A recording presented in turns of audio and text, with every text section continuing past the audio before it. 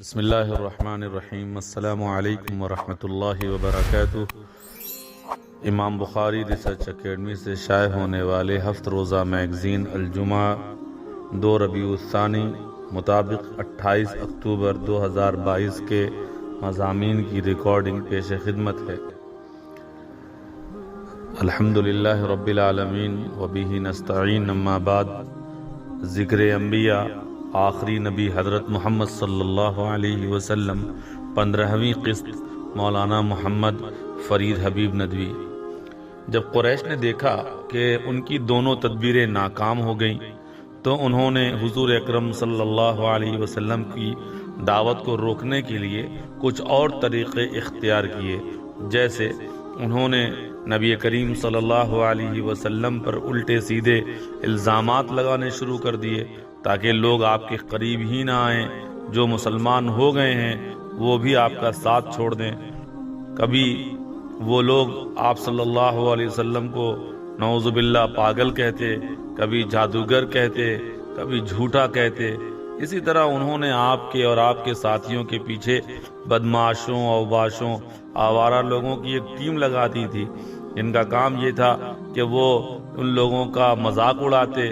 یہ گنڈے ہر نکڑ، ہر موڑ پر آپ صلی اللہ علیہ وسلم اور مسلمانوں کو گالیاں دیتے، برا بھلا کہتے، ان کی غریبی اور تنگ دستی کا مذاق اڑاتے۔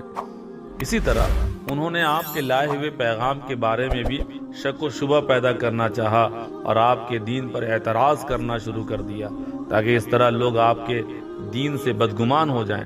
چنانچہ وہ کبھی یہ الزام لگاتے کہ محمد جو کتاب پیش کر رہے ہیں وہ اللہ کا کلام نہیں ہے، بلکہ پرانے لوگوں کے قصے ہیں جو انہوں نے کسی سے سیکھ کر لکھوا لیے ہیں اور پڑھ پڑھ کر لوگوں کو سنا رہے ہیں۔ کبھی کہتے کہ یہ تو شاعری کی کتاب ہے، کبھی کہتے یہ کاہنوں کا یعنی جیوتشیوں کا، پنڈتوں کا کلام ہے۔ یہ کاہن ان لوگوں کو کہا جاتا ہے جو غیب کی باتیں بتانے کا جھوٹا دعویٰ کرتے ہیں۔ قرآن نے ان سارے اعتراضات کو نقل کر کے ان کا جواب دیا ہے۔ ایک جگہ قرآن پاک نے سورہ الحاقہ کی آیت نمبر 41 اور 42 میں فرمایا، یہ کسی شاعر کا کلام نہیں ہے مگر تم لوگ کم ہی یقین کرتے ہو، اور نہ یہ کسی کاہن کا قول ہے لیکن تم لوگ کم ہی غور کرتے ہو۔ اسی طرح ان لوگوں نے سودے بازی کا بھی معاملہ کیا۔ انہوں نے آپ صلی اللہ علیہ وسلم کے سامنے یہ پیشکش رکھی کہ اسلام اور جاہلیت کے بیچ کا ایک راستہ نکالا جاتا ہے کہ کبھی تم ہمارے معبودوں کی عبادت کر لو، کبھی ہم تمہارے اللہ کی عبادت کر لیں گے، اور اگر تم ہمارے معبودوں کی عبادت نہ بھی کرو تو کم از کم تم ہمارے معبودوں کو باطل اور برا بھلا کہنا چھوڑ دو۔ ان کے جواب میں سورہ کافرون نازل ہوئی اور یہ بتا دیا گیا کہ یہ دین کوئی سودے بازی کی چیز نہیں ہے۔ حق اور باطل کا کبھی ملاپ ہو ہی نہیں سکتا۔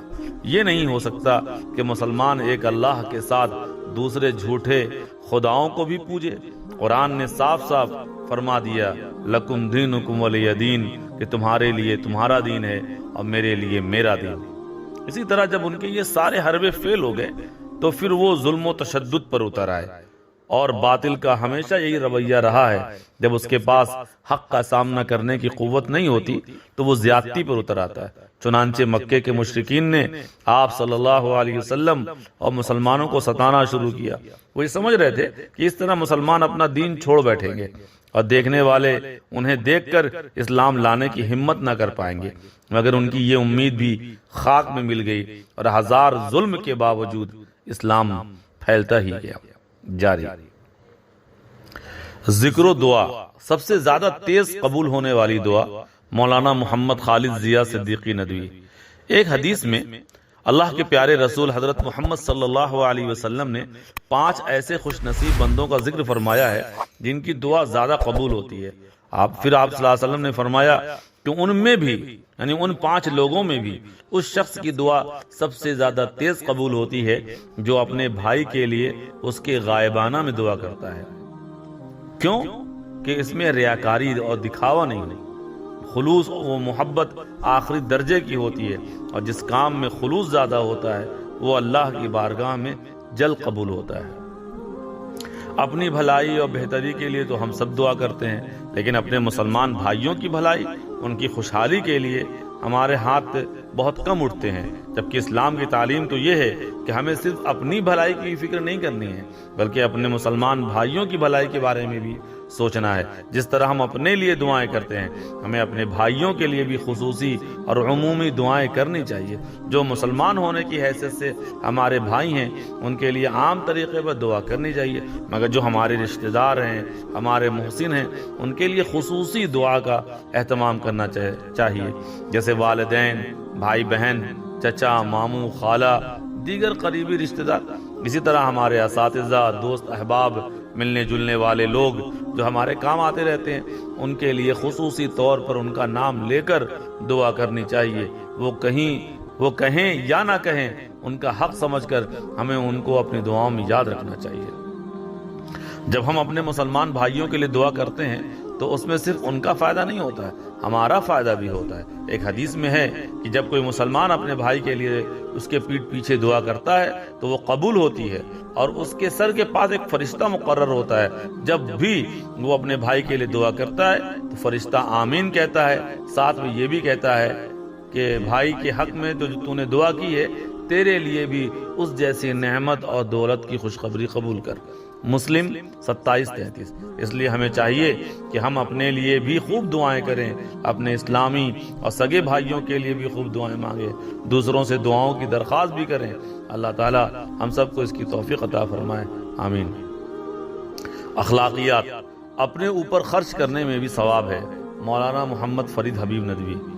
مال اللہ کی ایک نعمت ہے، یہ نعمت اللہ نے اسی لیے دی ہے کہ اس کو اللہ کے بتائے ہوئے طریقوں کے مطابق خرچ کر کے ثواب حاصل کیا جائے۔ بہت سے لوگ یہ سمجھتے ہیں کہ مال خرچ کرنے کا ثواب صرف اس وقت ملتا ہے جب انسان ضرورت مندوں پر خرچ کرے۔ اگر اپنے اوپر یا اپنے بال بچوں پر، ماں باپ پر خرچ کیا جائے تو اس کا ثواب نہیں ملتا۔ ایسا سوچنا بالکل غلط ہے۔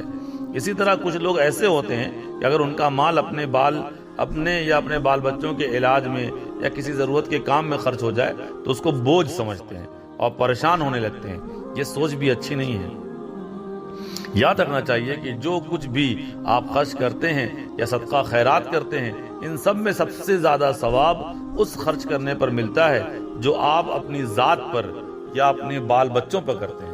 حضور اکرم صلی اللہ تعالی علیہ وسلم نے فرمایا، جو دینار یعنی روپے پیسے وغیرہ تم اپنے بال بچوں پر خرچ کرتے ہو اس کا ثواب سب سے زیادہ ملتا ہے۔ مسلم 995۔ یہی نہیں بلکہ حدیثوں سے تو یہ بھی معلوم ہوتا ہے کہ اپنی ذات پر یا اپنے بال بچوں پر خرچ کرنے کا اتنا ہی ثواب ہے جتنا صدقہ و خیرات کرنے کا۔